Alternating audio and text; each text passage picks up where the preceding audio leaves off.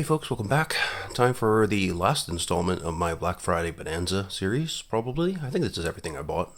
But anyway, the Monte Cook Games people had a fantastic sale on their website for Black Friday, for the Black Friday weekend actually, where if you spent over 200 or something, you would get 50% off. So, of course, I bought an inhuman pile of stuff. I've got the whole Planebreaker setting for the Cypher system, and then right here I've got 5 books for Numenera. There should actually be 6 books for Numenera, but one of them somehow didn't get sent in the package along with the rest, so I've put in a sport ticket. In my experience, they're usually pretty good about that stuff. But yeah, so I thought I'll just quickly flick through what I've got and preview what I can show you in review form in the future. I also received my deluxe edition of Old Gods of Appalachia role-playing game, which is based on Cypher as well. So I'm going to give that a second read through and then do a review for you on that one. It's a really beautiful book, by the way. Came out really nice in the deluxe edition, so I'm really happy with that. Yeah, so let's get started. So this book at the top here is actually the latest release for Numenera. It's called The Glimmering Valley, and The Glimmering Valley is all about being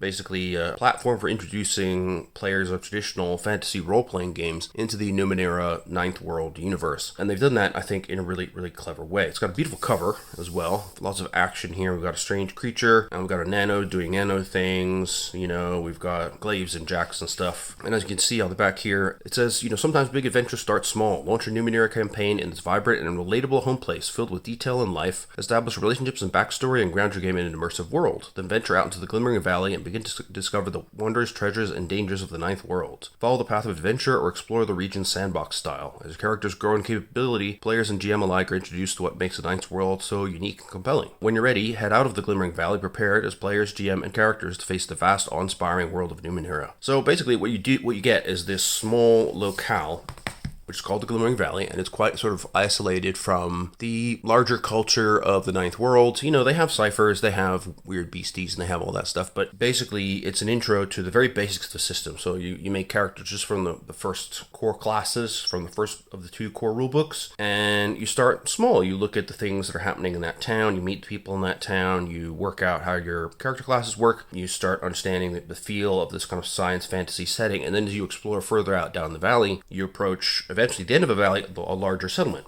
And as you do so, you start to get into the more classical weirdness of the Ninth World, which you can see in this beautiful end papers. So I'll just take a quick flip through. And in my look through this and the PDF, it's really nicely laid out. You know, there's some great info here for the GM just to establish a good tone. There's a nice map here of the Glimmering Valley. So you start right up here, tucked in the end of this basically nowheresville, Neandron. There's a lake, there's some caves here, there's a bandit camp, and some other stuff to explore. And the further you go, the weirder stuff gets, until you eventually get to Keterak, which is a bigger settlement. And then there's a trade road that can take you to other places. And once you get down to Keterak, that's when your players will really start to understand the unfolding gigantic weirdness of the Ninth World. You can introduce them to the wider craziness and the other 3 character classes as well. So it all starts with the Neandrons having these shared dreams that then change. They give you a means to introduce the player characters into the action. Campaign will take the characters up to tier 3. So at that point, you're pretty much ready to head off into the wider world and take on some pretty big adventures, because tier 3 out of 6, I mean, even a tier 1 character is pretty strong already in the Cypher system. So, you know, this is a game system for heroes, not for,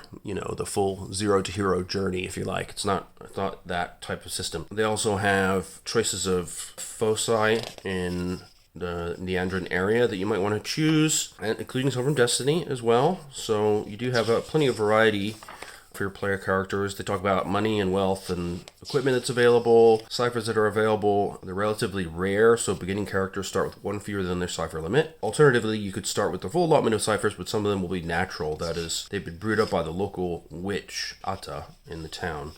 And then they introduce all kinds of village connections, and they talk about the area of Neandron itself. Loads of beautiful NPC portraits in here, as you can see.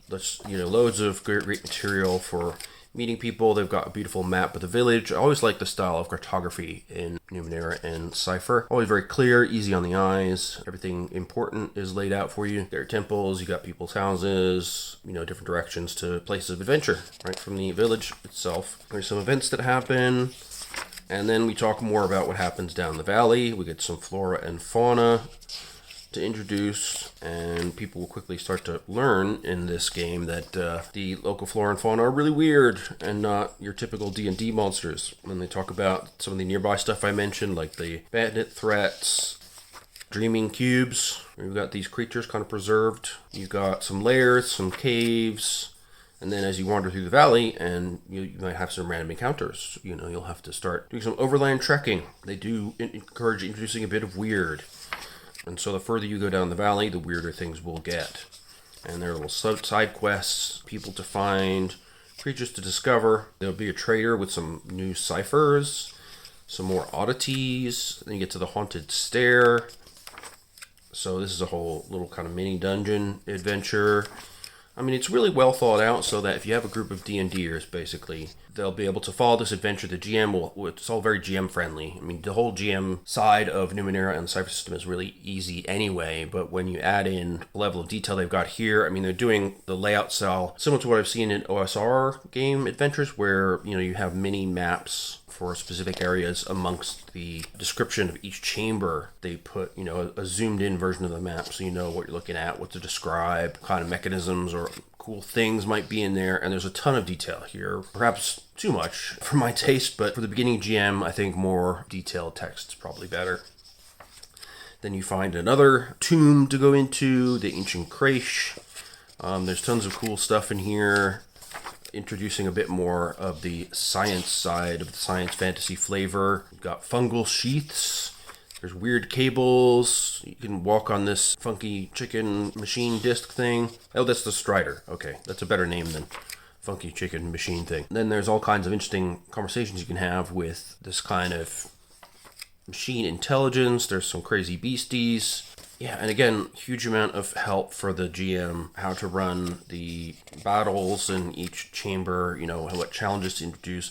There's a cybernetic enhancement lab. There's all kinds of, this wonderful, it's sort of gradual opening up of the world of Numenera for new players. I think the Ninth World is meant to be weird and unexplained in a lot of ways, and that is not necessarily to everybody's taste. Some people like really deep lore and stuff, and there is deep lore in this game by the bucket load, but I mean, some of it is necessarily lost to time because we're a billion years in the future, right?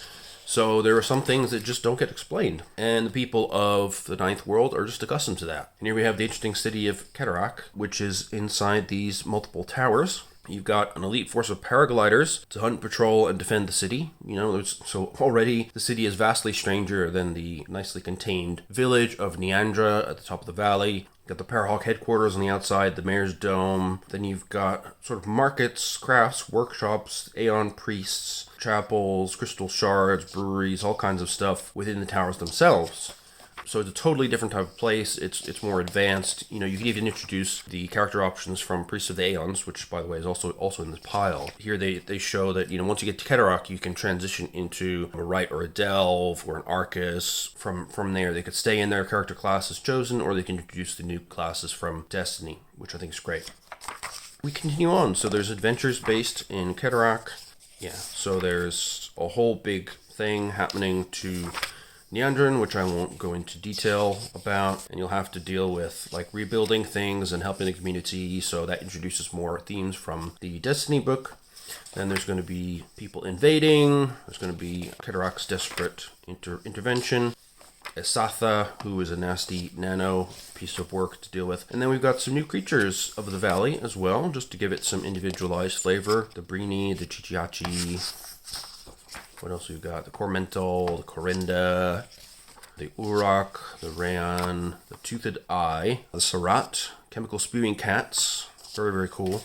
The Tirana, intelligent carnivorous trees that walk. And then we have these pack-hunting snakes that are kind of enmeshed into one big mass, like a rat king or something. And then you have this player's guide at the end, which you can actually buy as a separate PDF, or you can just print off copies for your players, which just introduces the background of the village, some key people, gives them the maps, some NPCs to talk to, some stuff, basic stuff about the valley, but really only covering the basics that Neandrins would know, essentially. And then they give you the available starting character options, who you'd know in the village, and that's it.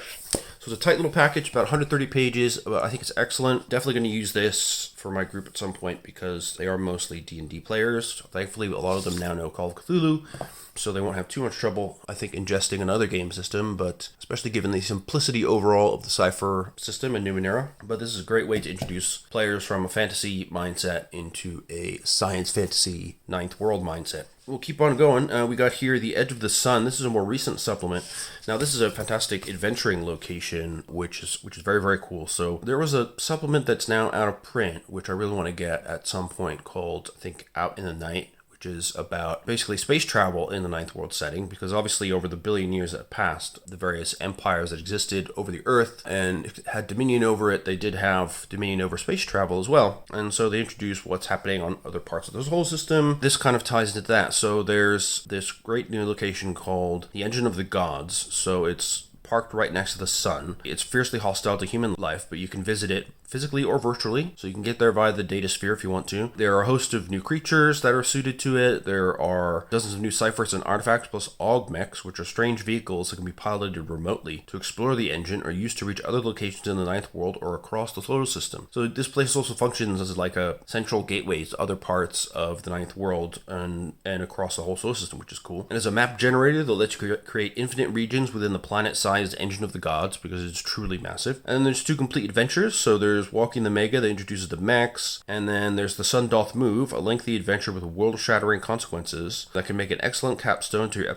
explorations of the Engine of the Gods or to an entire Numenera campaign. So it's very, very cool. And this one is your more standard 160-page supplement. Again, we've got some lovely end papers here, so you can see, I mean, the sun is enormous, right? So, but we can still see the curvature here. Remember, it's something like 4 million miles in circumference, so this Engine of the Gods is truly enormous. I mean, it contains potentially infinite, by our standards, amount of stuff. And in the TOC, you can see we've got stellar engines, so the engines of the gods in general, problems that are existing there, more details about the setting and mapping it, Numenera that you'll find there, including these new augmechs, which I guess is one of these guys here, new creatures and NPCs, and then the 2 big adventures. So we'll just have a quick flip through. But I thought this and Jade Colossus would be a great combo for me, because Jade Colossus is about having a ruin generation engine, and this has a sort of dungeon generation system for exploring the engine. So basically you can have these kind of, with minimal prep, set up really cool adventures in really weird locations and just have fun looking for ciphers and beating up stuff, and I thought that would be great. Unfortunately, Jade Colossus is the one book that I'm missing from my collection here. But yeah, we have description of the engine, you know, the different sides of it and how you orient yourself, and the engine living conditions. So they're really not preferable living conditions for humans. Basically, you're kind of exposed to vacuum regularly, you know, so you have to have protection from that. You've got a constant dose of high heat and radiation from the sun. Plus, you can get radiation sickness because you just got, you know, you're close to the sun, you're getting those cosmic rays just straight in your face all the time. So you're going to have to be protected in some way. And then you've got gravity of a sort. I mean, despite being mostly hollow, the engine is massive enough that it has the low gravity of a small moon. So you'll have to be hindered in certain tasks, and you'll have advantage on certain attacks due to low gravity or zero gravity, depending. And then there's some hazards. So there might be random blowouts, locusts, a kind of defense mechanism for the engine. There could be engine damage happening, like berserk automatons, leaks of horrible stuff, thrust instability, all kinds of things. So it's a dangerous place, and it has its own vibe because it is parked right next to the sun and sucking its energy directly out of it. Oh yeah, the locusts, yeah, they're a kind of repair automaton found all over the engine. Normally so benign they have no name. Under certain circumstances, they change their behavior, multiply, and go on a grand tour of one or more sections of the engine, ingesting everything and everyone they encounter. These locusts could become a reason that a section of the engine is marked for ejection rather than repair. So if you see a cloud of locusts, tiny little repair drones going nuts, you probably want to get out of there. So then there's some details about the problems of the engine. So it was built not just to suck power from the sun, but actually to move it and the entire solar system. But it seems to be malfunctioning. So they detail how all that's happening. The sun is also burning harder, so there's overheating happening. You can get some extreme conditions happening within the engine itself. And then they have the Viridian. So the Viridian originated in a prior world civilization that fell immediately before that of the Architects. An experiment conducted down to the quantum foam at a safe distance of several hundred light years from the solar system, designed to create a local change in reality's laws, suffered mishap. Unfortunately, altered fundamental constants of existence itself began spreading outward. The more it crystallized actuality around it into a new conformation, the faster it grew. So a new universe was essentially overriding their universe. And they wanted to build the engine of the gods to flee to the edge of existence itself. So yeah, there's a whole lot of stuff going on with that. Then we have these Astrophin monoliths. So immobile sentinels of stone grow on the ground beneath. Then we have some other interesting local flora and fauna that have developed either out of intelligent machinery on board the engine of the gods or have somehow made a home there. There were, in fact, some kind of conspiracies against the engine. There have been material failures over the many years it's existed. And then we get into the details of the setting. So how might you get there? Traveling directly by direct transference, traveling via the Quicksilver Basin, travel by spacecraft, and then once you get there, how do you explore it? And so again, we have another picture of the engine itself broken down into sections. We've got the shudder, propulsion jet, control center, Aerith, which is a tranquility port, has a number of other key locations. Ron, with 4 other key locations, including the Cathedral of Brilliance. Sinistral intake, dextral intakes, these are power generators. Gaussian swale, the repulsor jet, keeping it in a stable orbit, and the core fusion chambers, and a sanctuary. Then we have the inhabitants of the engine, which are many, but none of which are human. So that's something to prepare yourself for. There are ways of moving through the engine. It's an open 3-dimensional structure, and it's got low gravity and zero gravity in some sections, so it's definitely going to be a process of adjustment for your players. Definitely something to introduce later on in a campaign when they've got a decent level of power and familiarity with the setting, I think. But would be very, very cool for players that feel confident taking on the challenge to explore something as crazy as this. I mean, look at the view here from inside. I mean, the burning mass of the sun is right above your head. You've got this kind of weird open plan, semi-organic looking growth of machinery. It's quite something to think about, and I think it'd be a lot of fun as a GM to describe and get people to visit these different cities filled with their weird inhabitants. It would be very, very cool. And in those cities, just like on the Ninth World, you meet people. You can, well, I say people, but they're not people. You know what I mean. You hear rumors, you get adventure hooks, you get problems that occur locally you can help with or, try and deal with. You got some really gross things like whatever this green snot blob is. Some more details about the core fusion chambers,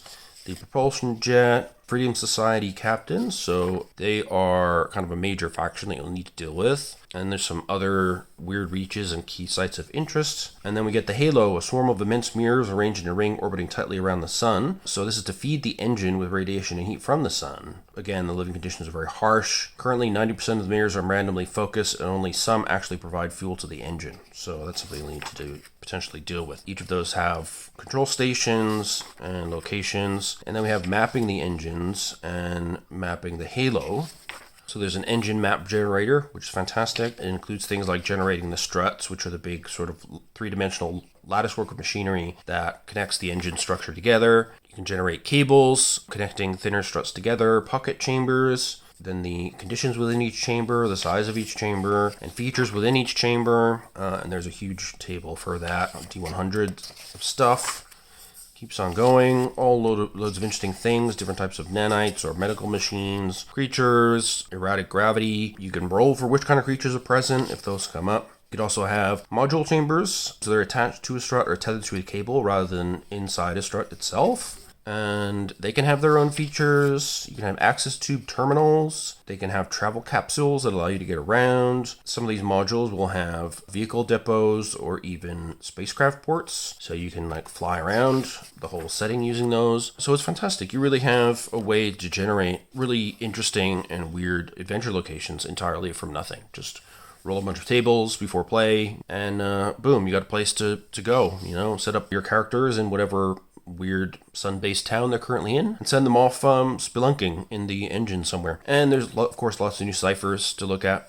So we've got the augments, which are a way of kind of using telepresence to control giant machinery and do things that would be too hazardous for a human to do, potentially even a shielded human. And then we've got different sort of mechanical ways to survive what's going on in this very inhospitable place. Breathers, reflective material for your skin, engine eyes, helping you to understand how to fix things on the engine, skin of phasing, so you can pass through physical barriers slowly. Then you can do spatiotemporal reset, so if something happens terribly to someone within long range, you can effectively sort of erase all that if it happened quite recently. You've got sun shields, sun shrouds, then you get artifacts. Some artifacts have the prefers extreme sunlight tag. So it has to be used bathed in the radiation and heat near the sun. Otherwise, you get a much wider GM intrusion rate of 1 to 4 on a roll instead of just 1. So just be careful of that. And those artifacts that are not designed to be used this close to the sun will suffer additional depletion. So there's rules for that. We've got a selection of artifacts here. So augmech controllers, augmech thrones. These are used to control the augmechs. Different types of actuators, automatons, a dimensional modulator, which can make an affected creature two-dimensional and put them in stasis effectively. You've got mobility tools for low and zero gravity environments, gravity adapters, scanners, renewal pods, sentinel set, which can activate an augmech from a nearby creche, speaking ring, so this is a way of communicating with somebody who's up to hundreds of miles away, which is pretty useful. Even you reach up to 100,000 miles or more. Wow. You can also ask the data sphere questions through the ring, which is great. You get stun sabers, sun suits, so it's a heavy suit, keeps the user alive in vacuum for 1 week per use, and protects against extremes of heat and cold. Fantastic. Perfect for the effects of the sun. Universal cutters, universal tools, vortex projectors. And then we get into the augmechs themselves, which are kind of one of the main hooks here. So this is your remote control method of dealing with stuff at a distance using telepresence robots. It mentions here that having voices of the data sphere can be helpful for this kind of stuff, but you don't have to have it to use augmechs and use their capabilities. In my opinion, that's a fantastic supplement anyway, and a really unique addition to the Ninth World that gives it yet more depth. So I recommend picking it up anyway. Then there's different models of the augmechs as well. So they all have different kind of mechanics. They have recovery rolls, they have a damage track, they have pools, equipment, and shifts. There are permanent levels of effort, so remember those from the superhero supplement for Cypher, for example. And now we've got the complete stats for the different types of augmechs, which look really awesome. And you can see there's much more detail here than a typical monster, so they don't have a singular level. They've got, which environments they're best at functioning in. It could be engine or halo. They got a might, speed, and intellect pool. They can take a certain amount of damage or give out a certain amount of damage. They've got natural armor, and then they've got augmech shifts as well, which give them permanent levels of effort on certain tasks. They usually carry a few level 5 ciphers. You got the Blood Fist, so it's constructed for conflict. This one has a huge might pool of 30, which makes sense. You got higher armor, you've got 10 points of damage inflicted, and you've got lots of modifications for combat, and you can also have long and short range attacks.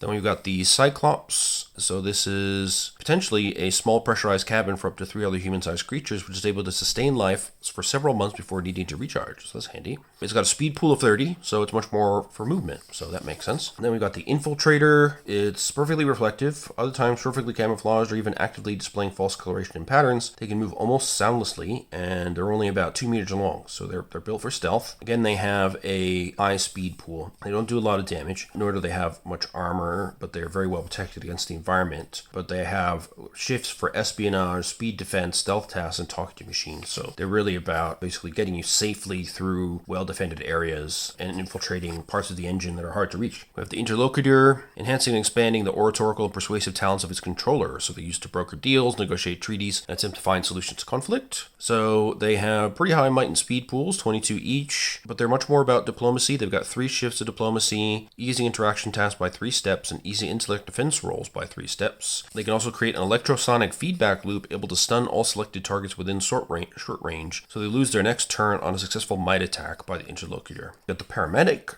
So, of course, this is about aiding your allies. They have similarly 22 in speed and might. Intellect is normally out of the controlling character. It's got shifts to restoration, easing healing tasks by 3 steps, and providing 3 additional recovery rolls a day, while the augmech can save for itself or dole out to other augmechs or living creatures, which is pretty awesome. It's not kitted out for fighting, but it can do an arm slam. They can restore 5 points of health or points to a pool of the controlling character's choice to an adjacent target, as long as the paramedic hasn't been damaged during the round. They can also use an electrostatic spray to numb the senses of living machines and creatures alike, stunning everybody within immediate range so they lose the next turn. So that gives you a turn apiece to use for healing.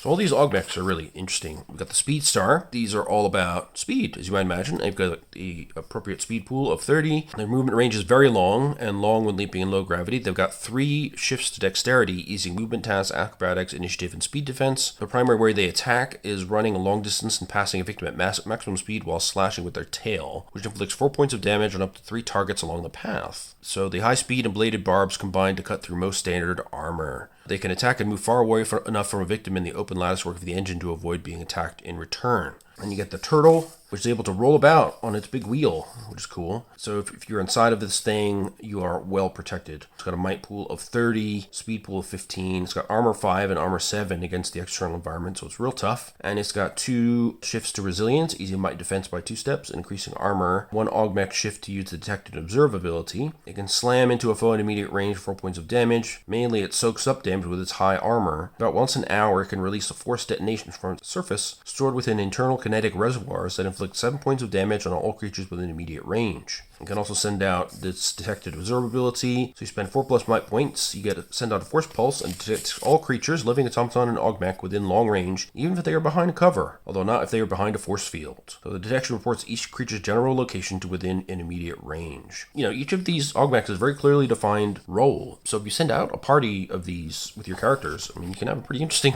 set of roles defined in that party of augmechs, which is pretty awesome. You've got the Weaver, so they can basically lay out webs, which can help stick even master struts of the engine together until an artificer or somebody else can create a more permanent fix. They can do 5 points of damage. They've got 1 shift to healing, granting an extra recovery roll, 2 shifts to attack rolls made with Weaver webbing. And the webbing can entangle all creatures it chooses within a sphere a short distance in diameter, centered on a point within long range. The target is entangled, unable to move or take physical actions if the Weaver succeeds on a speed-based attack. The target remains entangled until it can escape with a successful difficulty 6 might-based roll, until the webbing is destroyed, which does 18 health or regains 2 health per round, or until the Weaver chooses to release them. The Mega is a special augmech of enormous size. Only a single model was ever constructed. Controlling is only possible via the internal cockpit. You can't use telepresence nor data presence. And you need 3 pilots working in conjunction, so it is a big stompy robot. It's got 50 might pool, 30 speed pool. It inflicts 20 points of damage. It's got armor 5 and armor 10 against the environment. It has 2 shifts to its slam attack, 2 shifts to the gamma ray blast, 1 shift to resilience, easing might defense rolls and increasing armor. It can slam a foe anywhere within long range for 20 points of damage and can target a foe up to a very long distance away with a gamma ray blast, although it can be used only once on each of the Mega's turns. Target, as well as every creature along the line between the Mega and the target, takes 10 points of damage from the blast and is dazed on the next turn. Even if a particular creature is missed, it still takes 5 points of damage. Then you can use a Mega Fury attack, 5 intellect points, so this ability triggers multiple gamma ray blasts against up to 5 targets, as well as anything along the lines between the Mega and each target. It takes up the actions of all 3 controllers during the same round.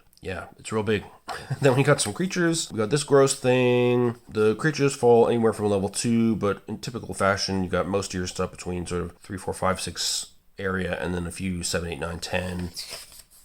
The engine parasites, however, these things can appear in swarms and can wear you down over time. The Flesh Buster is not super pleasant to encounter. It can mimic things and is constructed of nanites. We've got the Free Cycler, so they basically consume and extrude a waste stream of usable parts and components in their lairs, so don't want to be stuck in the path of that. Creatures formed of magnetic field lines are mostly mouth-like vortex. They have 2 functions. One is to sing in X-ray frequencies that are beautiful beyond anything most people have ever heard, but which is lethal to most other creatures not protected against the medium in which the music is transmitted. But to Garn and other entities of the sun, the sound is a form of communication, connection, and celebration. The other function, of course, is to eat, and that's also very bad, doing a lot of damage. Then you got the Helioduran, so they are one of the most radiation-resistant creatures known to exist. They inflict 12 points of damage, and they have armor 20 against damage from heat and radiation, which is pretty incredible.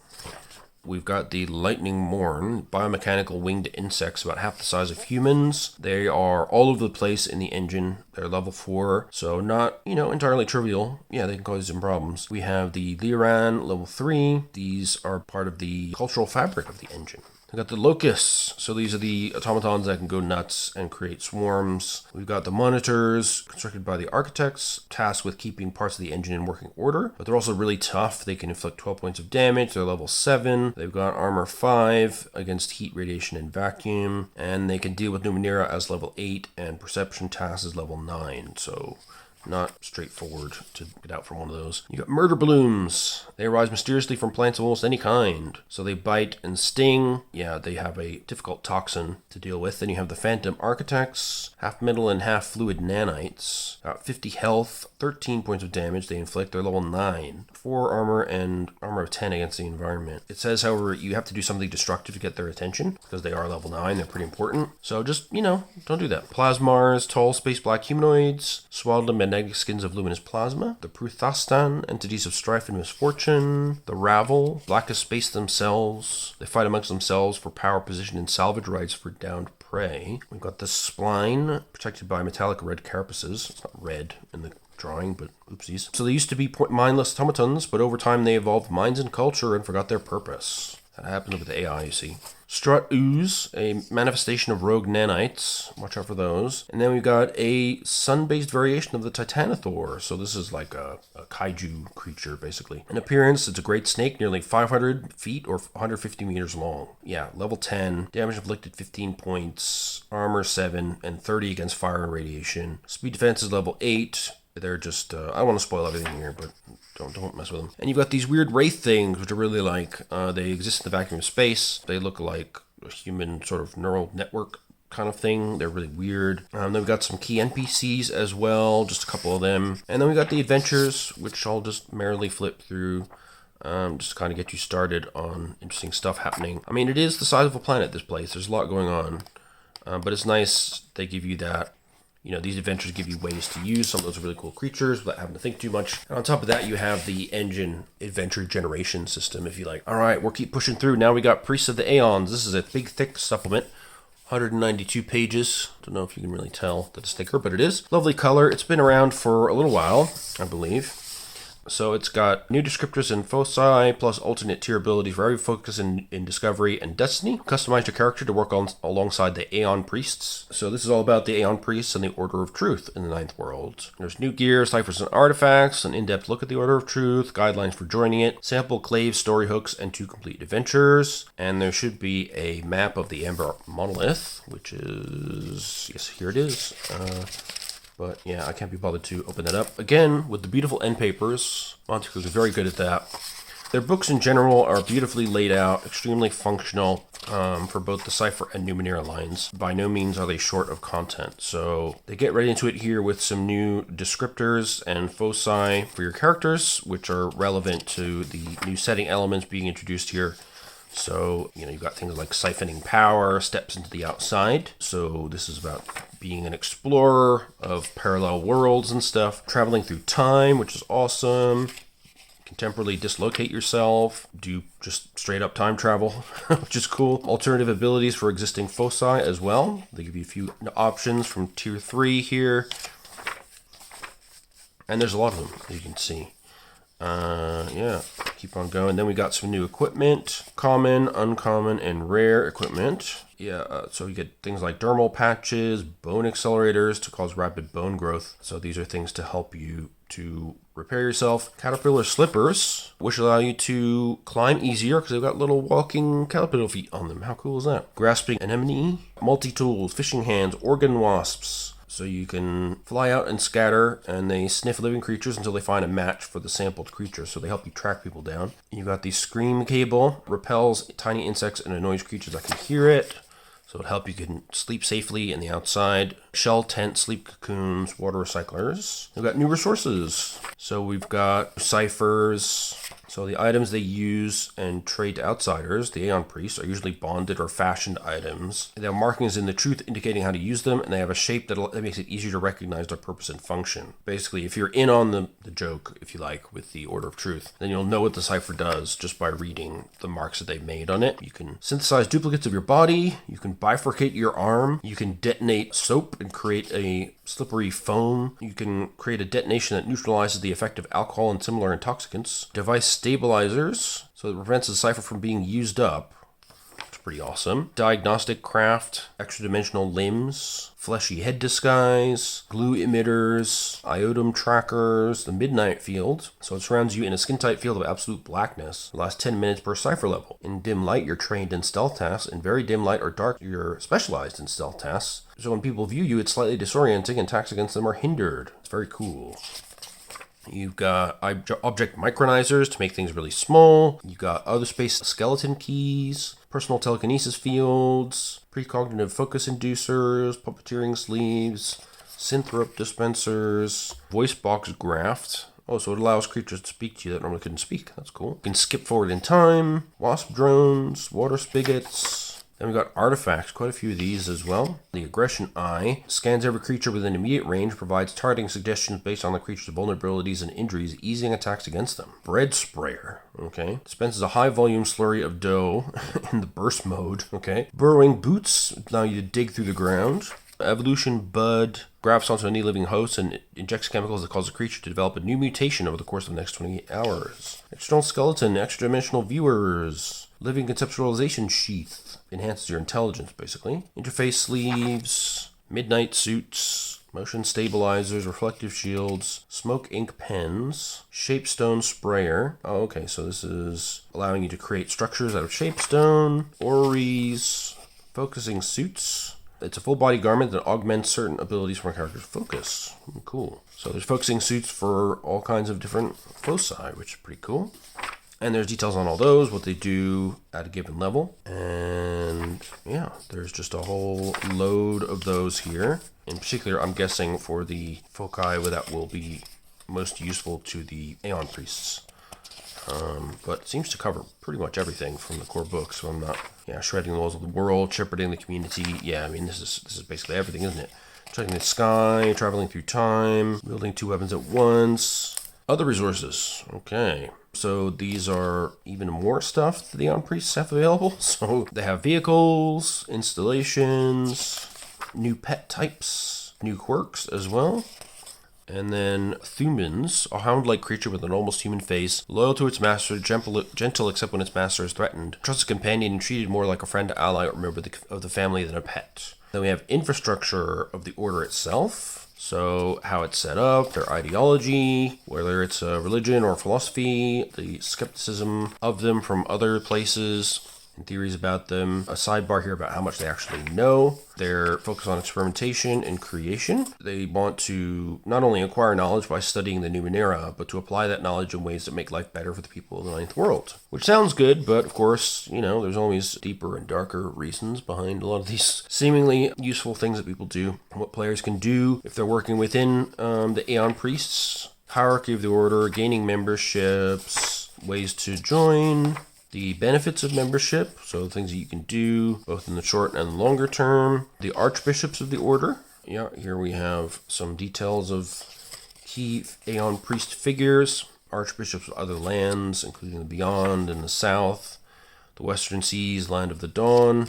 Then we have splinter groups, which I didn't know existed. So that's interesting. So lots of new stuff to introduce into a campaign here if you were to choose to involve the Aeon Priests. So there are splinter and heretical orders, sample assemblages. Okay, so these are basically groups of Aeon Priests that are associated with a given community and what they do for that community. So, for example, we have Bataille. So you'd have 7 Aeon Priests, 3 members of note, areas of research and dimensional apertures and time travel. It provides resources and needs resources. Benefits that anybody allied with the assemblage can study its library of knowledge. Anyone in good standing can use their portal to receive information, a cipher, or an artifact from the future or alternate selves, but they must remain nearby so they can respond to the call from their past selves. Okay. New Iotum from Building Tomorrow. They bring some brief summaries of those in case you don't have that book, which is nice. Then we got some new areas of research and resources available.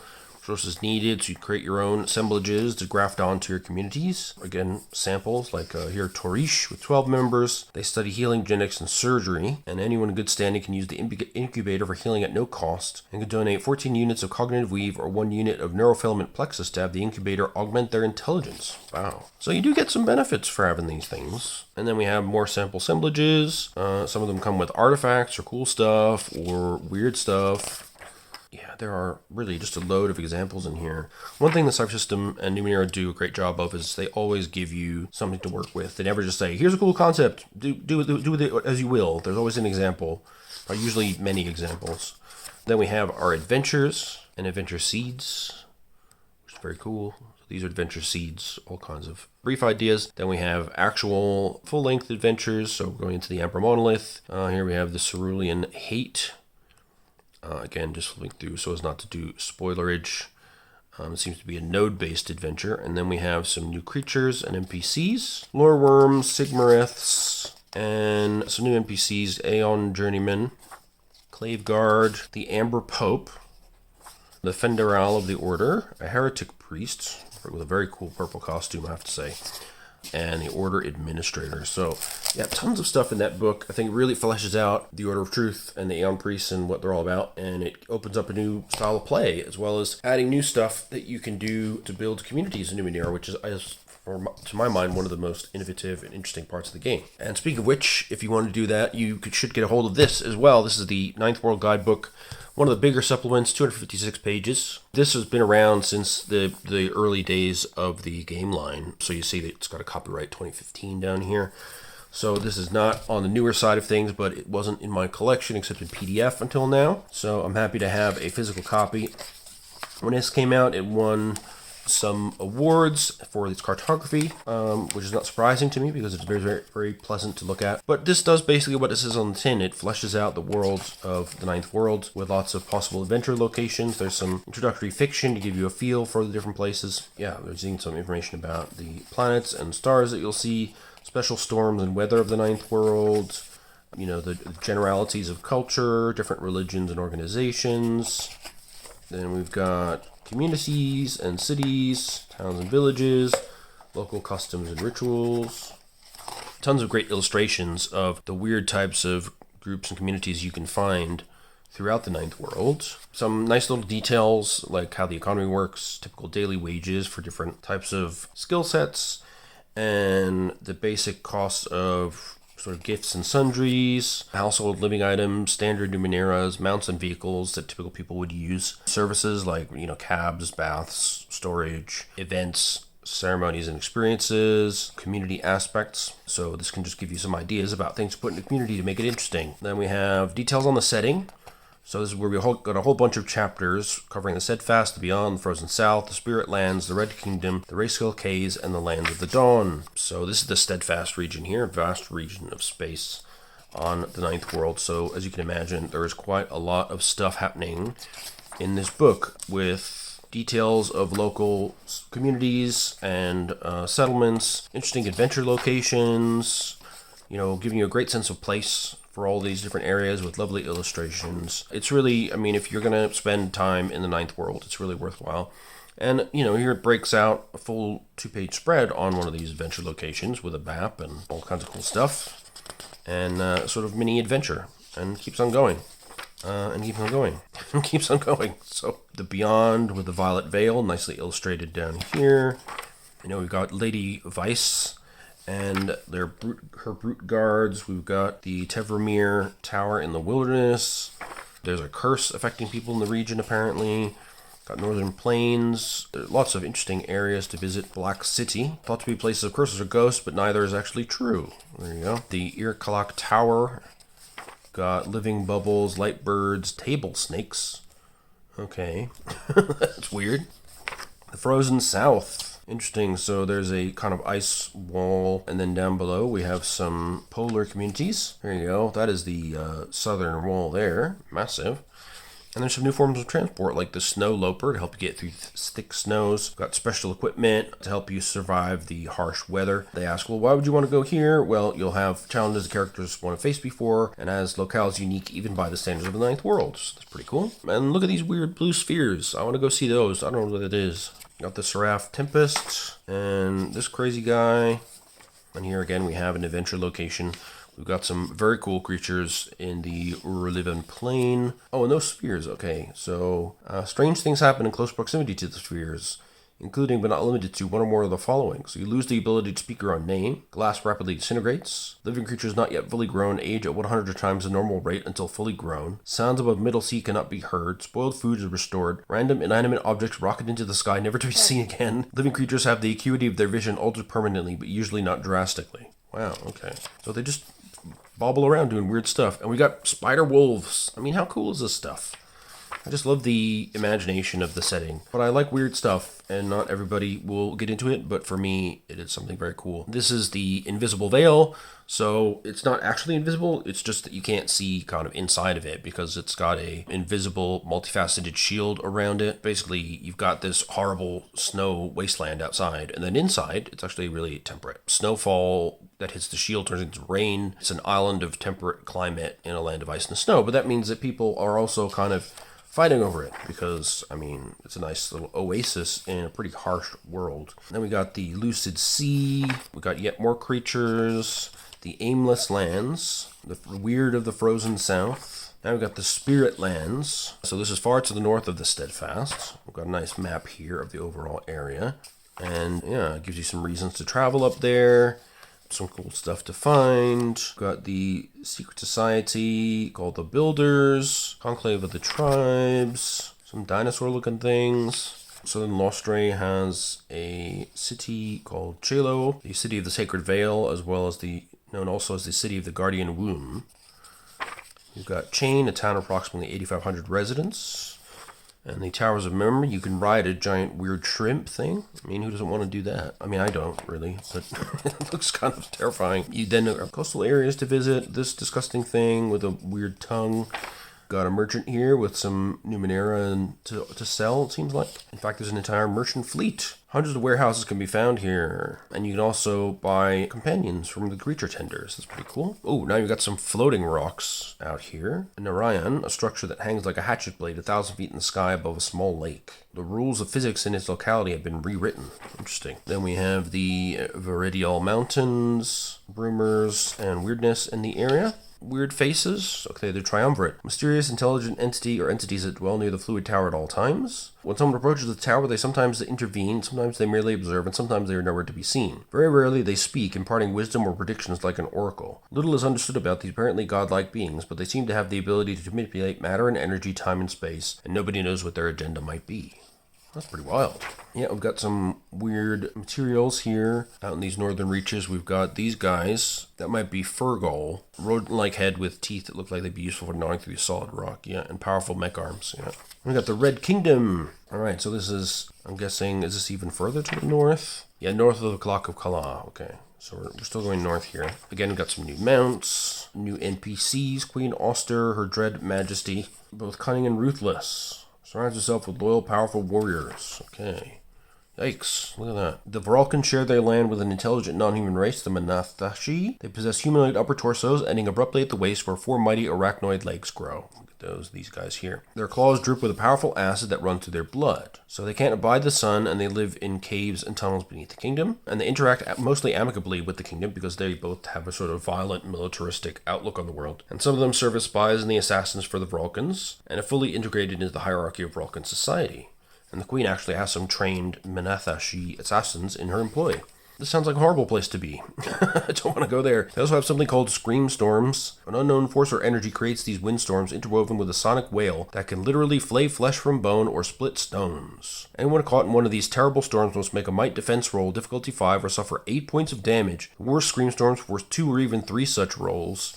Finding adequate cover reduces the difficulty of the roll by 1 or 2 steps, depending on the quality of the shelter. Holy moly. Yeah, I don't want to be involved in this place.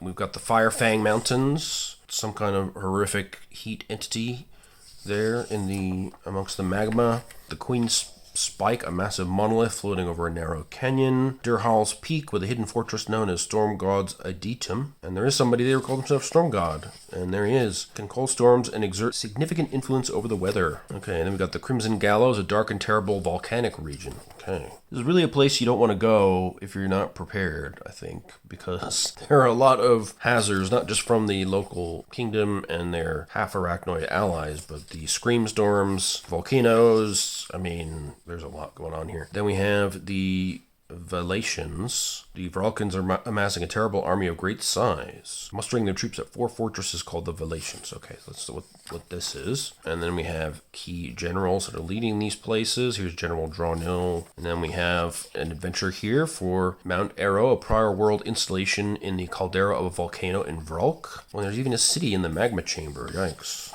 God, who wants to live in this horrible place? And this crazy, creepy dinosaur thing. Yeah, but cool. Again, we have these little mini adventures scattered throughout. Now we're into a totally different territory here. So far west of the Steadfast, we have a major island chain, an archipelago called the Rayskull Cays. 5 major islands, and the Rysors, a group of nearly identical standing structures, the Rheinach, and at least 100 smaller islands, possibly many more. And you can see, I mean, what an oasis compared to where we just were. But of course, there's still lots of weirdness to go on with here. Very different cultures. Because it's kind of a broken up physical community, I imagine that the travel will be more difficult and navigating the myriad local cultures will be more difficult. You've got some interesting means of travel: seacraft, bubble boats, underways. So these are air-filled tunnels running from one shore to another, providing quick passage via air currents. That's how cool is that? There's also amphibious humanoids called the Equini. These guys, they got some manta ray type buddies there. There's information about how they live, some new substances, the starglass, lots of new interesting sea creatures. And yeah, we're basically moving from island to island here and checking out some key locations, dropping some adventure hooks, interesting people, local cultures. Yeah, so we have another island here. The entire surface is covered with huge ring structures made upon layers of rings, made of what looks like a combination of dirt and sand, but doesn't act like typical soil or dirt. The weather is daunting and disconcerting, so you can be stuck in a storm of scent. Tiny star-shaped drops that break open, not with liquid, but with smells. Yuck. Gross. Touchstorm, silent and invisible but often deadly weather front erupts in a series of sensations from the barest of ticklish touches to the agony of being beaten repeatedly. You can also get tidal snow, a wet low-hanging cloud that starts at the size of a fist and grows larger over a week or two. When it reaches a critical mass, usually a mile or so across, it explodes, pelting the land with small creatures, oddities, bits of Numenera, and anything else that it got from somewhere. Yikes. So again, what looks like a sort of beach resort idol is actually filled with horrific hazards, just like anything else. Oh wow, look at this kind of biomechanical underwater vehicle here. That's pretty cool. Now we get into the lands of the dawn.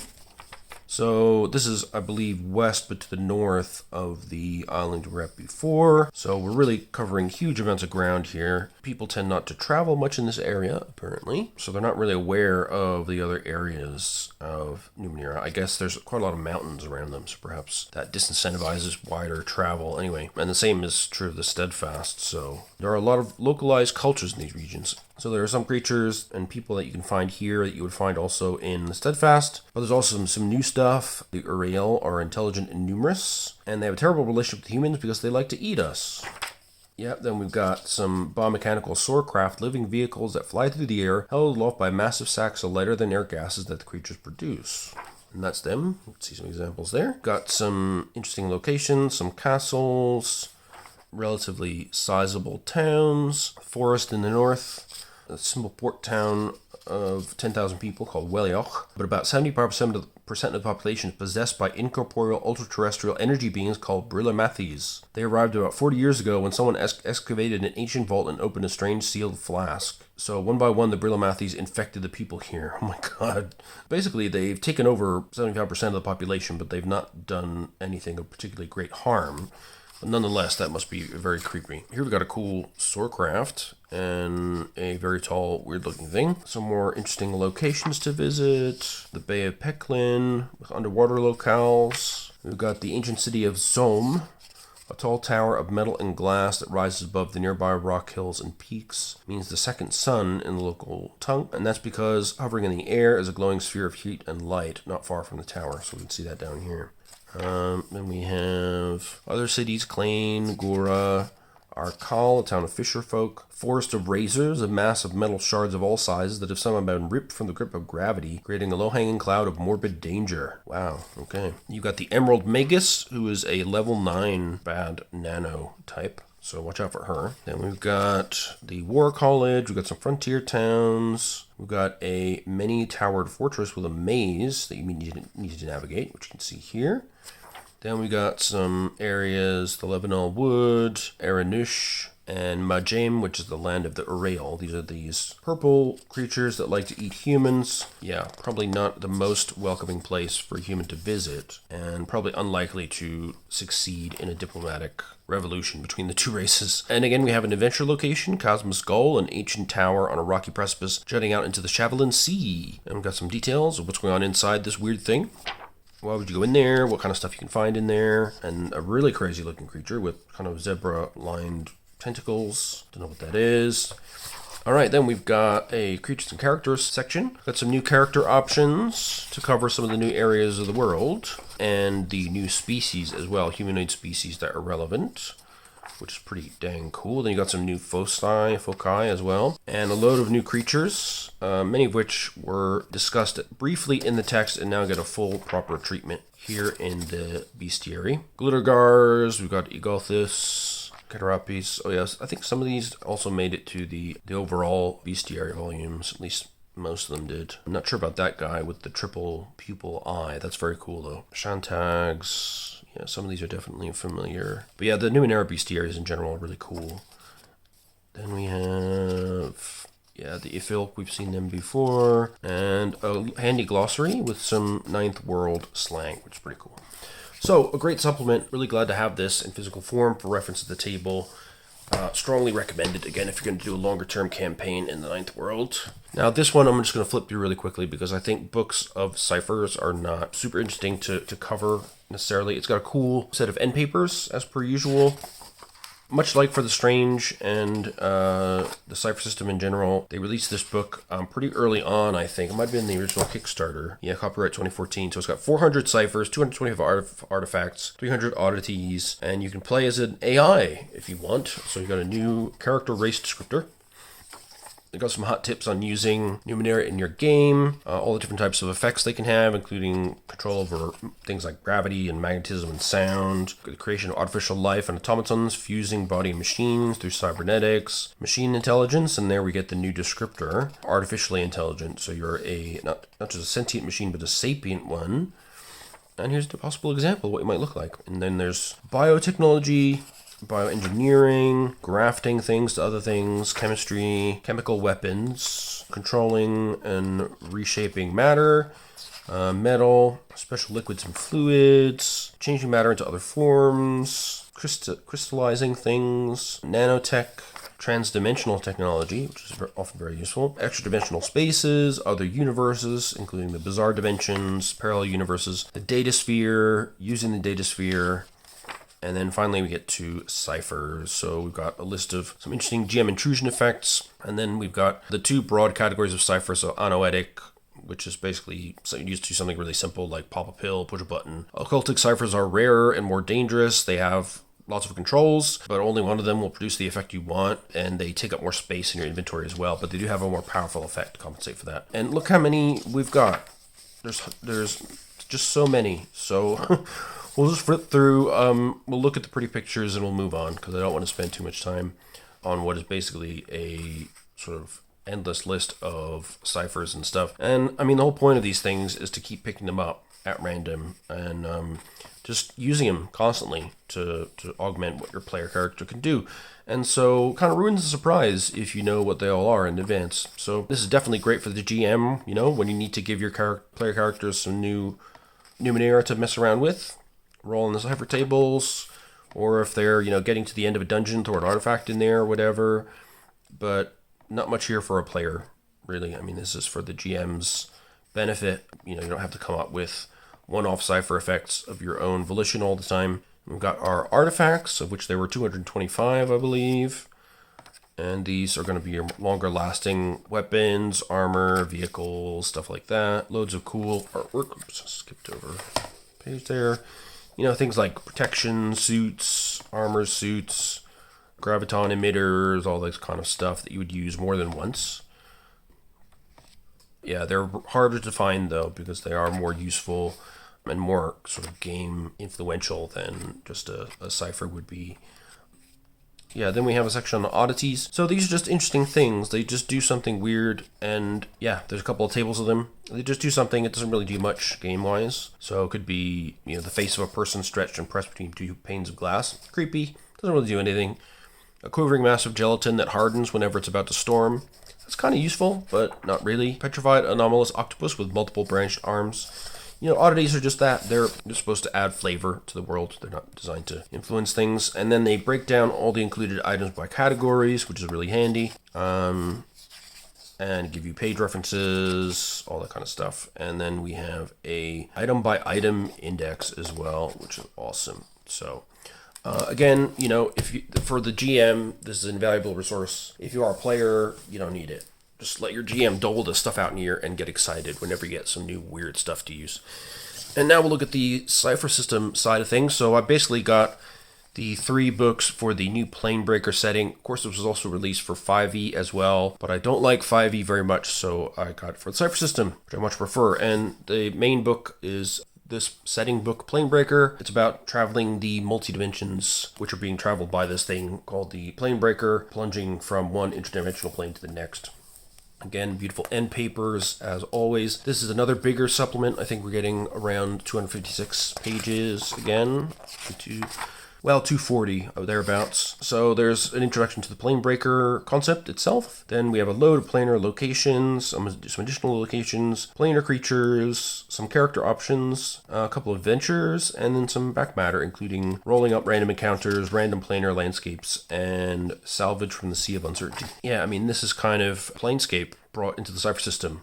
That's the best way I could describe it. Monte Cook, reminisces about the days of being a huge part of D&D, and then when Planescape came out, feeling like a kid again. So he wanted to create the same sense of wonder as that setting did for him. So I think I've done a pretty good job. So the Planebreaker is a moon-sized structure of unknown provenance. It's got planar debris all across it because it's tearing from one dimension to the next. And if you're in the right place at the right time, whatever plane you're on, you can look up and witness this thing passing overhead. And it got some key traits of it. It usually is in each plane for about 48 hours. And depending on your level of planar lore, you can get different amounts of information about it. You could possibly visit it, but of course you would inevitably be carried to the next plane when it plunges into the next one. And it does tend to leave some debris behind it, of course. You can also be pulled along in the moon's wake as it breaks dimension, if you decide it is. So, that could be an interesting way to travel from one dimension to the next. And then there are ways to travel the path, which is a tenuous road threading through the various planes of existence, an ever-extending scar left by the Planebreaker as it crashes through each dimension in turn. So this weird moon crashing through these different planes of existence has left scars in reality, which have essentially allowed people a pathway that they can walk from one dimension to the next, which is pretty cool. So you can travel the path, and it can be pretty crazy in appearance. What happens if you leave it? Not always a good idea. There's an undertow as well. There's some dangers to navigation. You can have encounters on the path. Some of those can be pretty dangerous, depending on where you're headed, where you are in the path. And then there's the Sea of Uncertainty, which is a substantial fraction of the Planebreaker's surface. So it's covered in detritus, strange objects, and creatures. That's why you have the table at the end about what you can get from foraging up there. You can get all kinds of weird stuff if you manage to make it on board the Planebreaker and salvage from the Sea of Uncertainty. You get extra planar salvage, which is pretty awesome. And then you have the City of Timeborn on the Planebreaker's face. So this is filled with refugees, planar explorers, dimensional traders, opportunists, and those seeking rest, escape, or protective anonymity. So the original builders are unknown.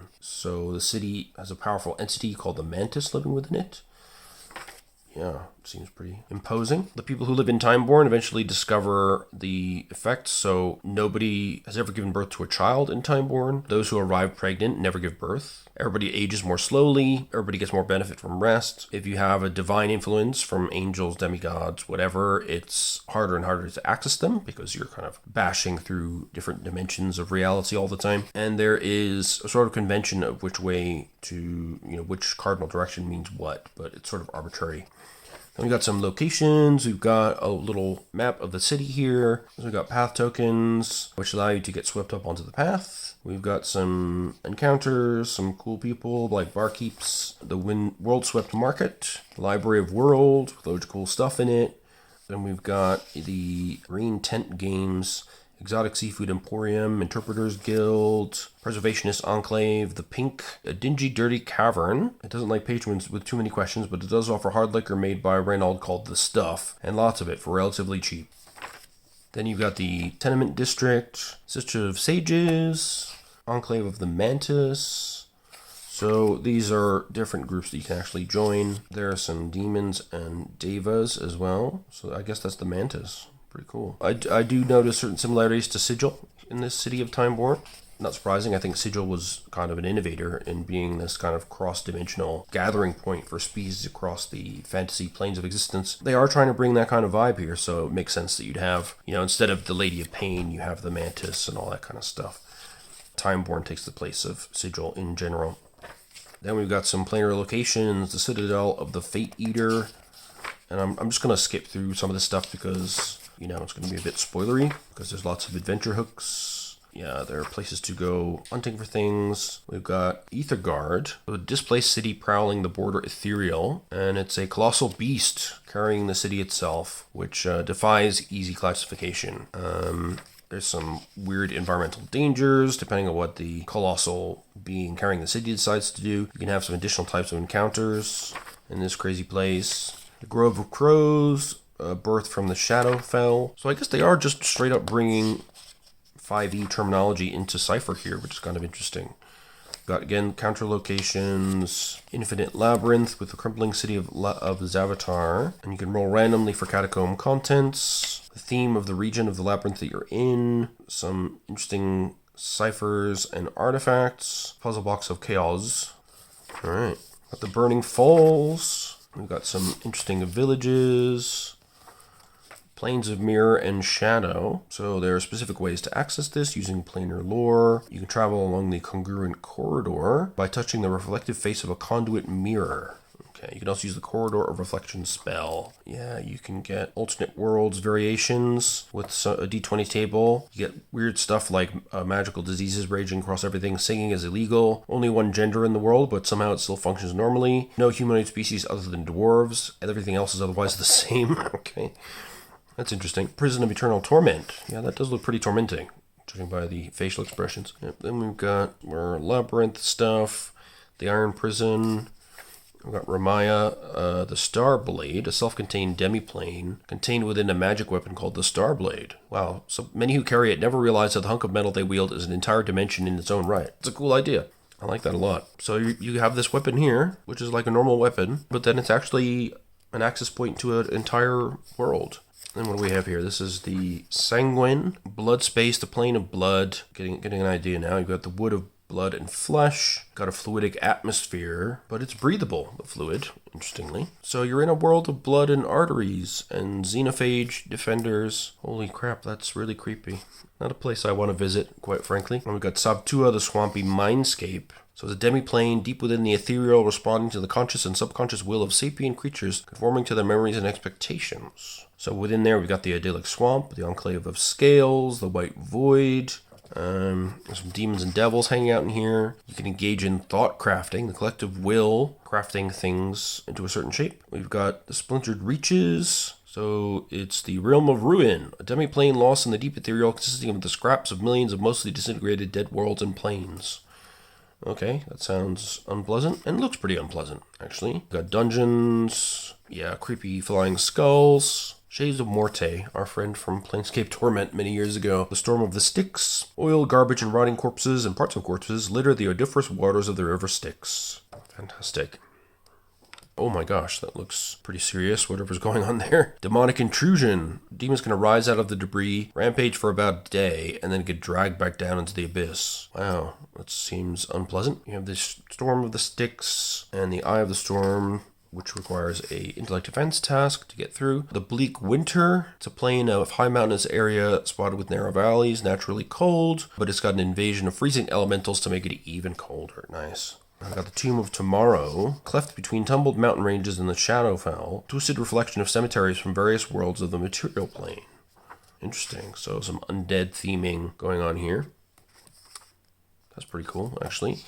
And some interesting encounters. There's a colossal crypt, enormous graveyards, Tyrant of War, almost intelligent craft composed of 5 linked levitating segments, each hundreds of feet long. Possess the power to travel between dimensions, to fly above target cities and worlds, and to rain down hellfire-laced attacks of cataclysmic potency. Okay, but they lost control of it, and now it's lost somewhere in the plains, awaiting a new discoverer to attempt to wage war with it. Cool, so you could try and find this thing. It's an impressive, disturbing sight. There are control monoliths. There are devil-haunted GM intrusions going on here. And then there's a map of the Tyrant of War itself, including the main control monolith. Again, plenty of adventuring to be had there, I think. Unithon the Geometrical, bizarre remote dimension with different laws of reality. All things native to this dimension tend to be simple shapes such as spheres, pyramids, and cubes. Oh, that's interesting. Oh yeah, look at these. Just cubes. Now we've got pyramids. Orion's Star, a memorial, a place for the soul sick to find peace, and ultimately a place for visitors to seek a sliver of absolution for their sins, assuming they're willing to pay the cost of redemption. Interesting. So it's a place of atonement and salvation. Wreck of the Unimaginable. Okay, so this was a mighty city-sized metallic flying ships that traveled into the void to worlds around other stars. Largest and most luxurious was the Unimaginable. The ship met something unspeakably alien, foundered, fell into the bubble of warp reality, and was lost forever to the Rohirrim people and its universe of origin, and then it was lost to the multiverse. Became a demiplane lost in the deep ethereal. That'd be a pretty cool place to visit though, a giant spaceship wreck in the deep ethereal plane. There's some people in cryostasis, which is kind of terrifying prospect. I wonder how long they've been in there.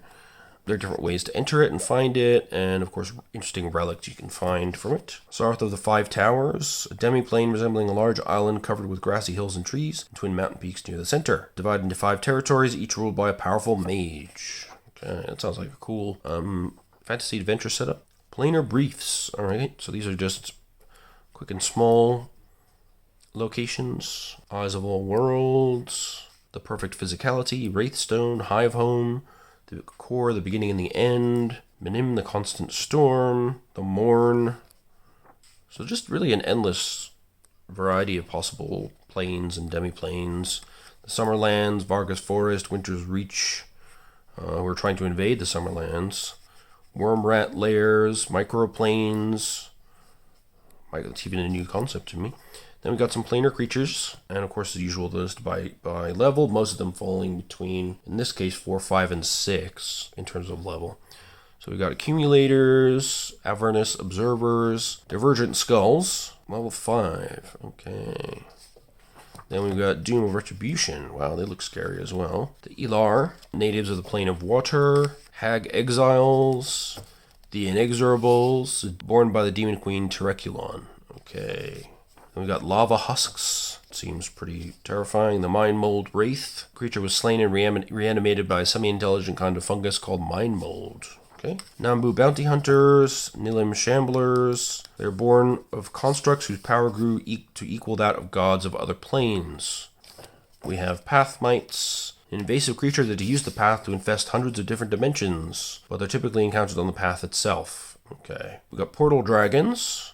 Kind of cute. They tend to dwell on various planes near planar interstices or other unusual planar phenomena. But they are level 7 though, and they inflict 8 points of damage and have 3 armor, so not to be trifled with, but not the most threatening things either. Primogenitors. Okay, so that looks suspiciously like the Mantis, so is she one of those, maybe? We have the Prince of Dust, who seems to be very much living up to his name here.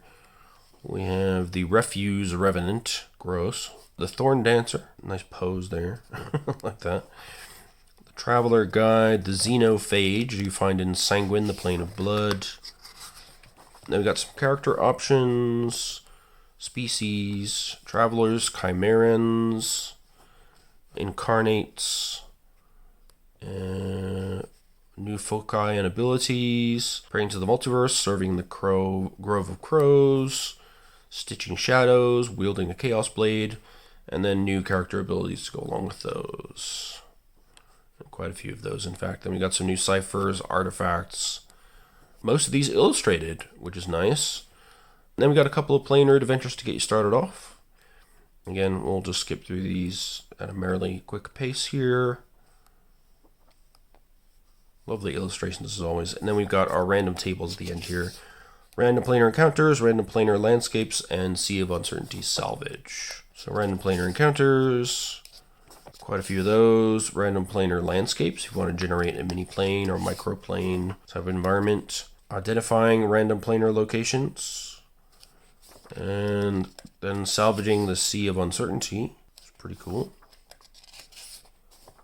And then a glossary. So this is helpful, I think, particularly if you're a Cypher system person, you don't really know the Great Wheel cosmology of modern D&D, which looks like this. So you've got your outer planes, the material plane in the middle, then you've got the Feywild and the Shadowfell. Beyond them, you've got the ethereal, those linked to the elemental planes and the elemental chaos. In between, then you've got the outer planes, which are sort of split up by alignment. And all of them are infinite, which doesn't really make any sense, but, you know, that's how it works. And this is definitely kind of setting itself in the D&D milieu, but it's allowing you to use the Cypher system instead, which to me is an improvement in every respect.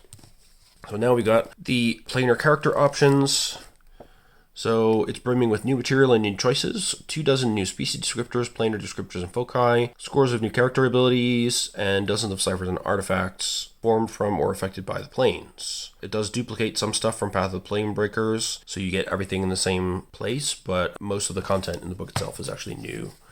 So sorry for the reflections, it'll get better once we get inside. So yeah, this is just a 96-page soft cover, but in nice color, good paper quality. And it just takes the basic character options and new species options and so forth in the main book, which we can see there, and extends them. So now we have things like lava elves and cirques, and the traveler is still here, the Vlaton, and these are the cubicle things. So they're kind of Modron-esque. We got new descriptors as well, cosmic ramblers, cross-plane refugees, reformed fiends, with variants of that. We've got new foci. You can see a list here. Aspiring to angelic perfection, brandishing a firearm, distills resonance of the multiverse, etc. Quite a few of these. It gives you ability choices up to tier 6, which is great. Firearms, distilling the essence of the multiverse. Dancing between oscillations. Okay. Embodying the machine. Gambling with destiny, so a luck-based paradigm here. Pledge to the annihilation, so you have knowledge of the end of all things. Connection with entropy. Okay. Then we've got judging the cosmos. Okay, you are not lacking in hubris. They believe that regardless of how well individuals follow the letter of the law in their area or world, laws are not always fair or just. In fact, laws might sometimes lead to harmful behavior. It is the actions and repercussions that a cosmic judge must evaluate. Interesting.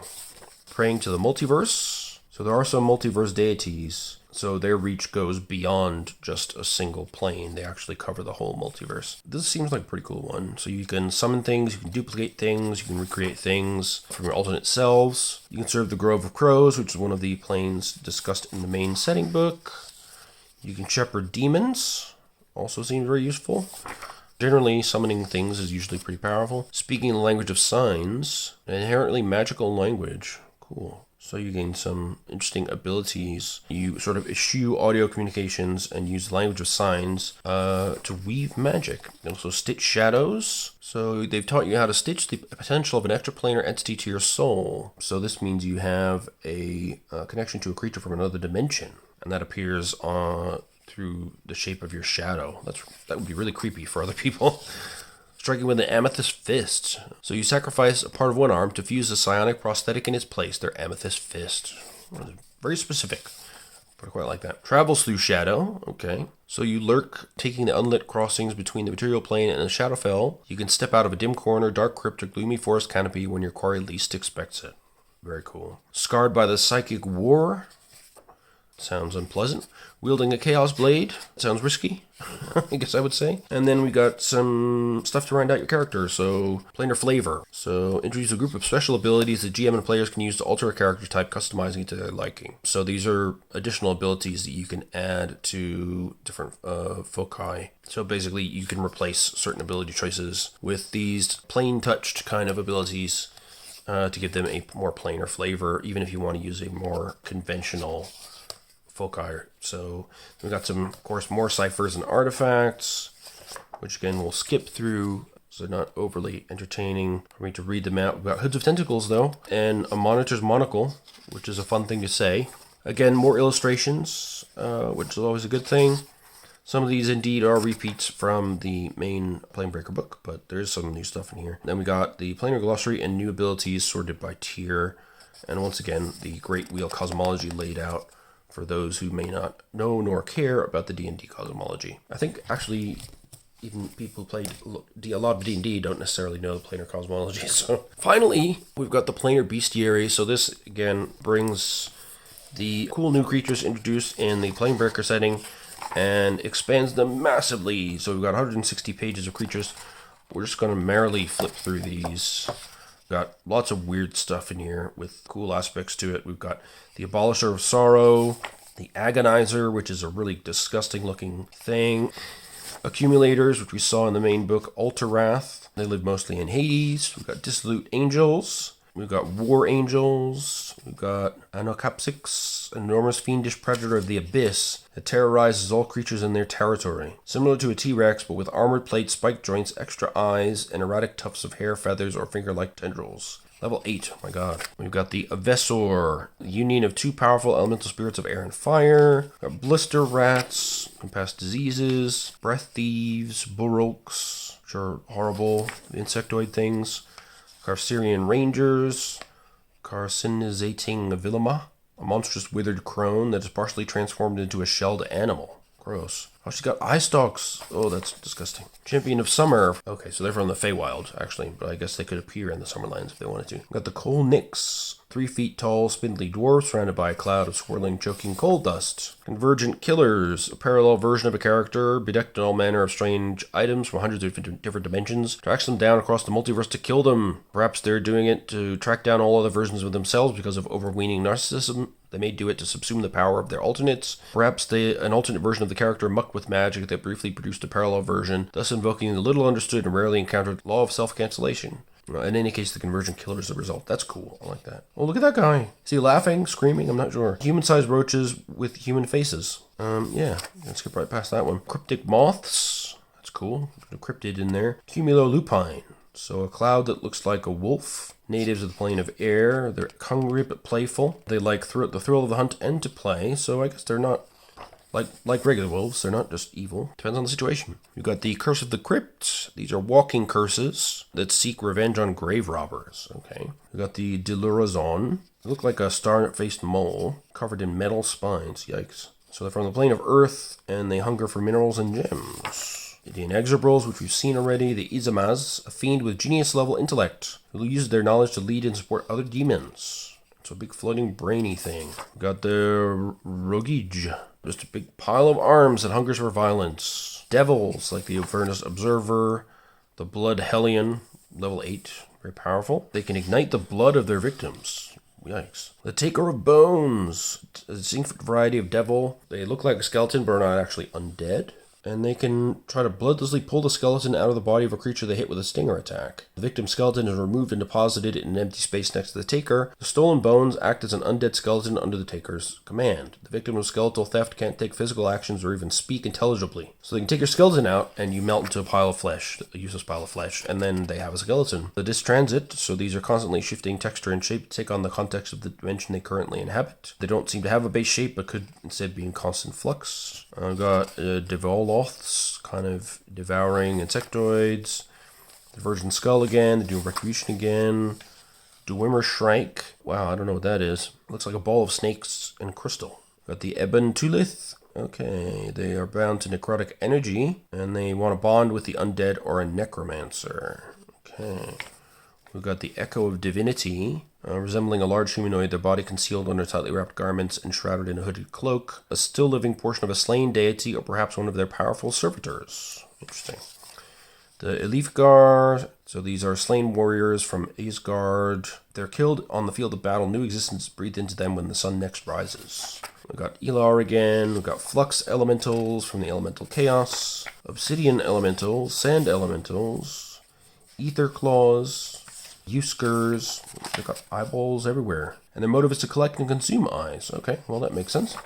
We've got Eva clasts. We've got Gath, the Far Realm Aberration. So it's outside the multiverse, making a mockery of time, existence, and purpose. So there's some aberrations that come from there, but it is basically beyond our understanding. These are servitor creatures constituted by other aberrations from the rude matter of the multiverse. Okay. Gologoth. An altered state of consciousness draws Gologoths from the edge of existence. It's an anathema of shape, a churning being whose insides and outsides replace each other without purpose, with eyes like poison emeralds, ebony scales etched with ignoble runes, and most nausea-inducing of all, a nest of twining tendrils that lash and grasp. Hungers for minds and knowledge of the cosmos. Orglins, originating in the far realm, mutated by the mere desire of greater entities of that rulerless kingdom. They serve as mounts of beasted burdens for their masters or any who dare telepathically command them. We got Vorothids, bizarre alien creatures with four tentacled octopus-like bodies and irregular crystalline heads that float above them. We got feral flowers. They are popping up on the vast plains in the Beastlands. The festering amnics spread into worlds from the lower plains. Fettered gremlins, flayed messengers, flayers of teeth, galvanic scars, Ganrajith, a bizarre fiend native to Pandemonium. Alright. Ghoul beetle swarms, glacier imps, glimmer moths, gloom striders, that's a really disgusting looking thing. Spreading misery is one of their motivations. Hag exile we've seen before. Harrow troopers, they want to capture standard humanoids for experimentation and research and gather intelligence. Got the head of Hades, they're fonts of occult wisdom. Headstone golem. Oh, wow. Made out of gravestones. That's cool. The Horde Giant, mighty beings from Isgard, and they want to roam the many planes and world of existence. They are 15 feet tall and level 6. Got the Howling Saw. Wow, a living sort of chainsaw creature. Serve as special units in an ancient war among fiends. Okay. Sounds like the Blood War, maybe. Hunakak, almost entirely a monstrous face as tall as a human. Immaculate Justiciar, Infernal Pyre. We've got Invex avatars. Oh, that's pretty cool. I like that design. Diaphanous robes of flowing and glowing silver. They leave a smear of after images if the being hasn't fully resolved in this dimension. A species that exists at the end of time. They send back explorers and observers to watch pivotal moments in what they consider their own dead history. Wow, so they don't have much compassion. Then we got iridescent crakes with really beautiful looking creature, if I may say so. Iron locusts, iron magus. Joyful Trines, 15-foot tall entities from the plane of Elysium, level 8, so quite powerful. Cassasias, a pollen snake, gross. Nargalians, or Berserk Circles, are bizarre magical creatures that look like a 10-foot diameter floating circle surrounded by mystical runes. The first one is believed to have been a fiend-trapping spell that went awry, creating a being of living energy that exists only to contain and consume other beings. Oh, that's pretty interesting, actually. So a summoning circle that went wrong and became an intelligent creature of sorts, or at least an independent creature. Labyrinth Stalkers, Lahiron Mind Thief. They steal memories from their victims, but they simply let those memories dissipate, because what they really want is fallow mental grounds they can transfer a consciousness seed of a mental refugee from the dead world of Lahiron into a new body. Once the consciousness is successfully transferred, that particular mind that carried the refugee so far shrivels up and dies, their only duty complete. Wow, interesting. That's an interesting way to escape a doomed world, I guess. We got Lava Husks again. Lord of Dogs. That sounds like it should be. I want to be the Lord of Dogs. I love dogs. And their motive is to protect dog welfare. That's also my motive. Oh, look at that. That's great. That should be a character type. We got Luck Lampreys. Gross. Masked Skein. Hungers for flesh. Yeah. Melusian Blooms. Minoran Dealer. Okay, those big Hellboy fists kind of freak me out. They make deals and collect souls. They hail from Minoros, a section of the Nine Hells. Yeah, watch out for those guys. Modron Deadfall. So the Modrons are still around. That's cool. So they are rogue Modrons, somewhat resemble large cubes with humanoid features and limbs. So they interrogate lone travelers looking for news or other interesting knowledge by trapping them in place with their bulk. They do so by falling from the sky like square-shaped boulders off a mountain, pinning targets into place. If the interrogation goes well, they may release their victim. Other times, they have been found still pinning the bones of a long-dead victim beneath them. Whoopsie. Oh god, too many eyeballs. Don't want that. Moonstriders. Humanoids from another world. Moonstriders are adapted to airless environments. Their home world consists of 4 airless moons spinning around each other. Okay. Morphusians. Myrmic Colossus. 30 feet tall, suited to the plane of Arborea, where everything is bolder, bigger, and more violent. Okay. Nambu Bounty Hunters, Necrostolons, scattered across the abyssal layer of Thanatos. Okay. Dead Forests, given life. Got the Neonate, marine species from worlds of the material plane, incredibly distant in time and space. Got the Nettle Blight. Don't know what that is. The Nexus Foreteller. Always watching, continually telepathically muttering, Nexus foretellers take great interest in imminent events, especially those that will end in the death of one or more participants. A Nexus foreteller appears immediately before one or more intelligent humanoids significant to the timeline face their end, popping into existence from a previously visited death scene on another plane. That's pretty cool, actually. I like that. Ossuary blob, composed of thousands of skeletal remains of creatures and steeped in the supernatural despair of the Shadowfell. That sounds like a bloodborne creature to me. Ovasun hunter, Palvax, some kind of gross spider thing. Parapleth, worm-like aberrations that disrupt planar cosmology and defy the gods. Akin to aboleths, also called dimension smashers. So they try to fracture space and time out of its current multiversal shape. Got our friends of planar mites and portal dragons again. Portal White, the undead remnant of a creature killed by passing through a portal just as it closes. Half their body is cut off and replaced with a flickering aura of magic. Oh, that's neat. I like that. We got the Primogenitors again. Prince of Dust again. Psychic Leech Swarm. Then we've got Psychic War Veterans. The Puddle Weird. The Koreth Shemkur. Colossal Singular Being of Awesome Power, arising alongside the Primordials. Level 10. Look out for those guys. Ramian Outcasts. Demiplane of Ramia is a curled up limited dimension. Oh, that's the dimension within the Starblade. Okay. So that blade even contains its own races of beings. That's fantastic. Reflection Hound. Many-legged constructs. They're acquisitive and territorial. Some have found their way to Mechanus, where they stalk Modrons, but many wander the wider multiverse, origin unknown. Okay, they've got a lot of abilities in stealth and combat. Got the Refuse Revenant we've seen before. The Residual. Animated, partial, or incomplete remains of bodies torn apart by an abyssal assailant. Got the Raimcubus. The offspring of fiendish parents or fiendish immortal parents is seldom wholesome. Cambions are one example, and Raimcubi are another. Gruesome, shadow-dripping fiend of spikes and way too many teeth. Rohini Conquerors. Rust Hog. Metal monstrosities have thick barrel-like bodies and resemble boars the size of ponies. They hunger for flesh and for defense, and they're good at burrowing. Then we have the Sangreleth Decapite. A bleeding colossus. Looks like an enormous angelic stonehead that constantly weeps blood from its eyes. They attack by firing jets of corrupted blood out of their eyes. Wow, that's really gross. Shape of Water. Storm-tossed plane of water holds many things. There's a living whirlpool that hungers for destruction of things not of the sea. Shechniku. A bizarre creature that looks like a large levitating cluster of internal organs. Their environment is anywhere in the multiverse music plays. As the cluster floats, they sing, filling the air with strange and haunting melodies.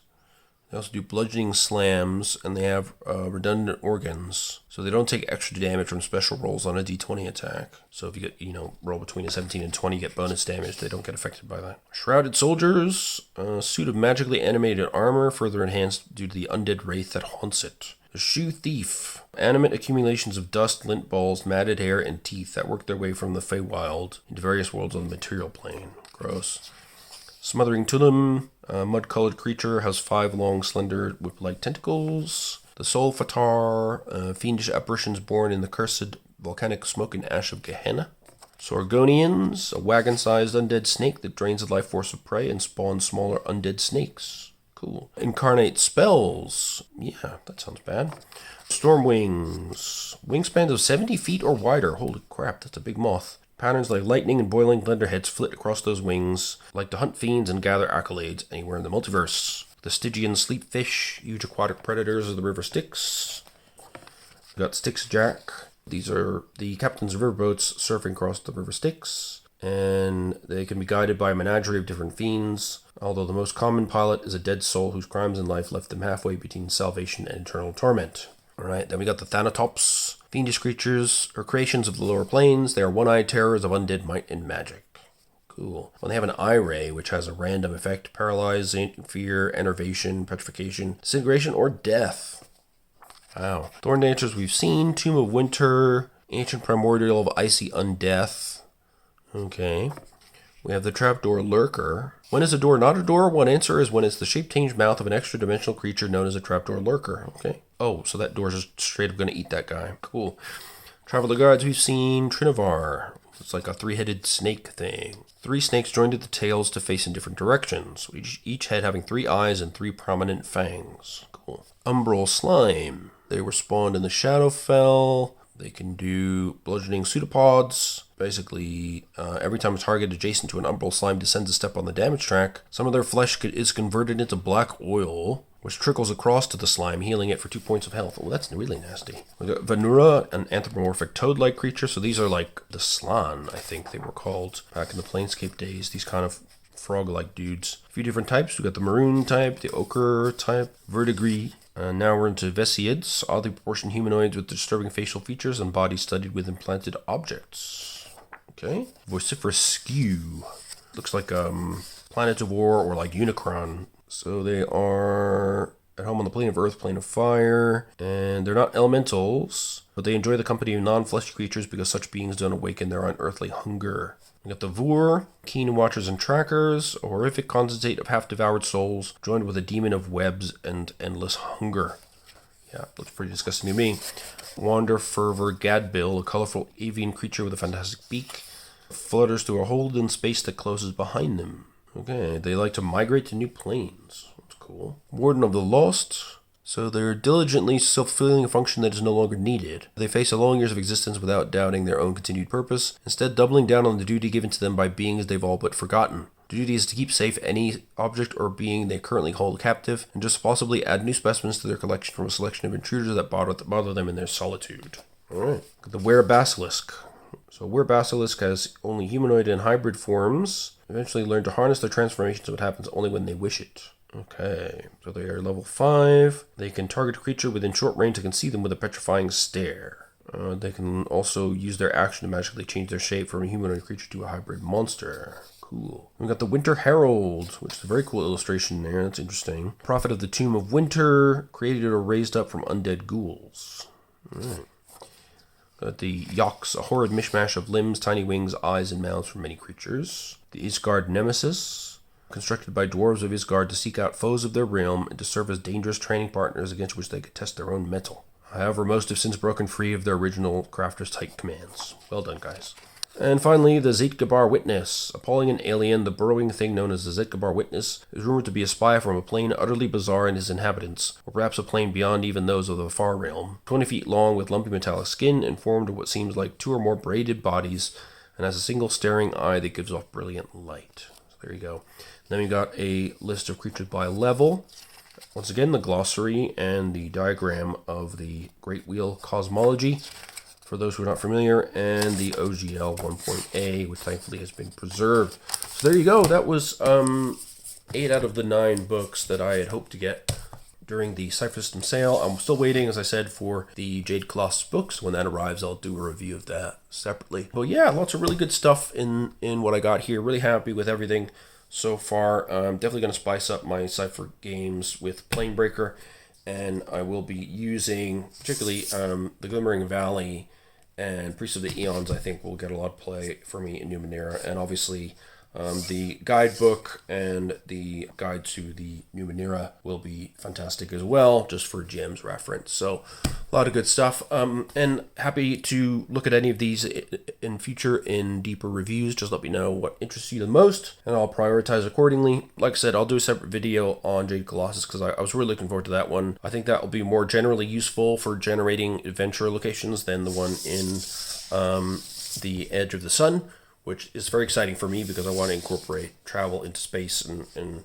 the SF element of Numenera's world a little bit more into my campaign. But it won't be for everybody, whereas what's in Jade Colossus is more generally useful if you want to stick around in the 9th world, which has plenty of weirdness to occupy you as it is. So in any case, hope that was useful as a preview of what I've got in my enormous Black Friday spending spree. And let me know what you think in the comments. Please like and subscribe if you enjoyed watching me page through all this stuff, and let me know in the comments below what you want to see more of, and I'll focus in and do my usual super detailed reviews and show you a little bit of everything from the book that you want to see. So I'm more than happy to dig down into anything that really strikes your interest, so just let me know. And yeah, until then, I hope to see you down in the comments below, and look forward to seeing you in the next video as well. So until then, take care, be safe, and see you soon. All right, bye-bye.